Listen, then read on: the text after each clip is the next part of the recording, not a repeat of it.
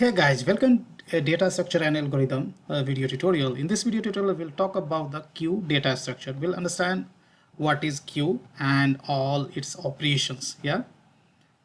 So the basic definition of queue is that queue is a special type of linear data structure which holds elements before processing and process elements in FIFO order or manner, right?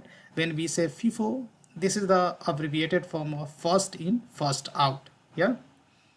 Now, second point says queue is an ordered list in which insertions are done at one end, that is called rear, and deletion are done at other end called front, right? The first element to be inserted is the first element to be deleted. So one thing you will have to always keep in mind in queue, operations happen on the both end.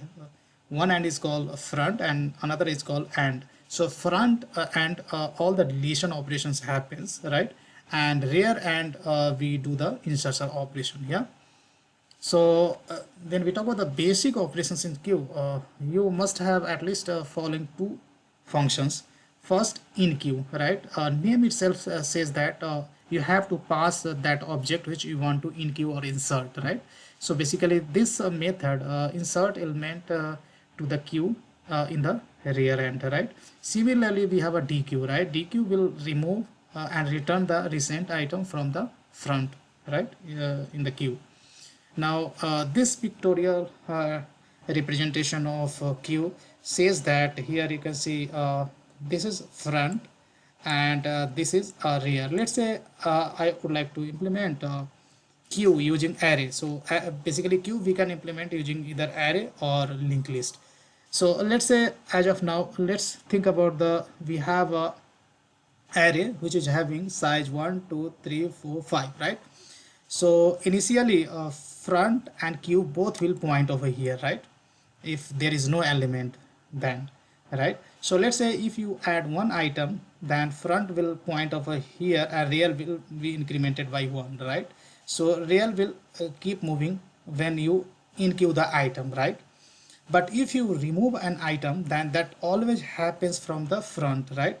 So if you remove an item, then front will basically will have to increment by 1, right? So these things you will have to keep in mind.